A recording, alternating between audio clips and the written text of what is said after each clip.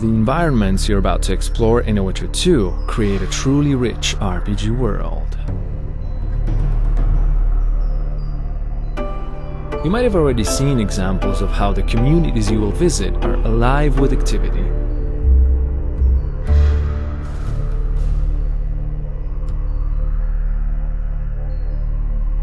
But that still leaves much more to see and experience.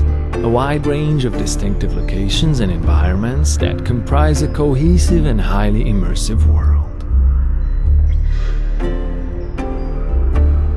Like every great fantasy saga, The Witcher 2 involves a journey that's both emotional and geographical.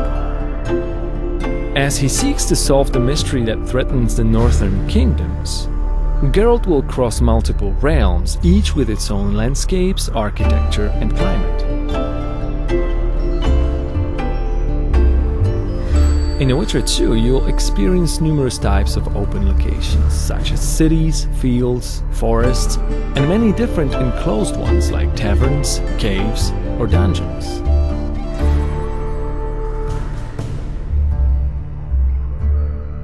To hold players in the game world, every single place they can see has to look and feel exactly right. Everything has to fit its surroundings, every bush, every plant, and every single rock. So, for example, before placing the trees in a particular location, we considered things like the terrain, the humidity, and the sun and wind conditions, and only then we could choose the proper types and decide exactly how each one should look.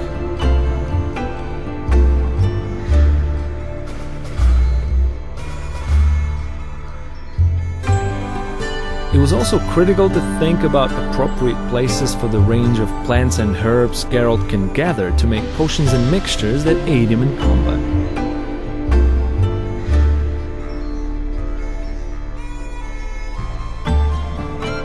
Similar demands arose for other locations like places of power and monster nests.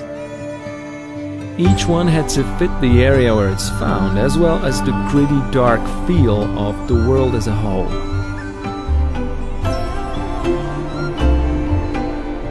Another important concern was to have an appropriate architectural style for each race in the world. To create the dwarven city of Bergen, for example, we looked at a number of different concepts, then put in a huge amount of work to translate the ones we chose into actual models and interiors. We believe we achieved exactly what we wanted. The dwarven structures reflect the race.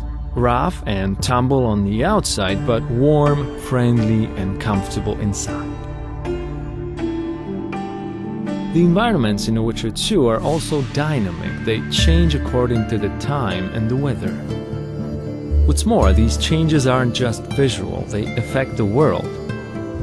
People work and shop during the day, sleep at night, eat at meal times, and visit the tavern and play dice during their leisure time.